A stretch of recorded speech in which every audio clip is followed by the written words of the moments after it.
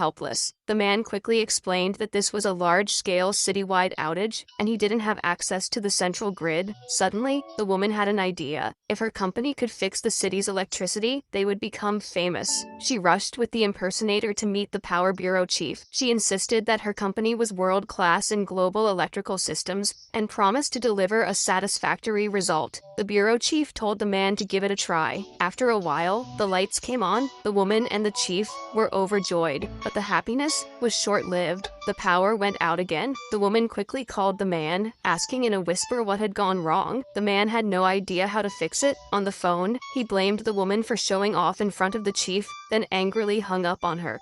The female CEO accompanied the young man back to the company. When the employees saw him, it was like seeing a savior. The young man said the city's current power grid system was still an outdated model from the last century. He had warned before that if it wasn't updated in time, it would eventually crash. The young man opened the computer, his fingers flying across the keyboard. A few minutes later, all the lights in the building came on. At that moment, the woman was walking over holding the man's arm. When she saw the lights, she looked at the man and said, "How come the guy we fired could fix something so easily while you couldn't get it done?" The man pretended to stay calm. He said he had actually already fixed the grid earlier, but the power supply side hadn't caught up yet. It just happened to come back online when the young man showed up. Otherwise, he said, there's no way the guy could have fixed it so fast. The woman thought that explanation made sense. Just then, the young man stepped out and said he had only rerouted part of the circuit to redistribute the current load. The real issue could only be solved by upgrading the entire power grid system. The woman didn't understand the technical jargon at all. She assumed the man had fixed it all along, and the young guy had just gotten lucky. The young man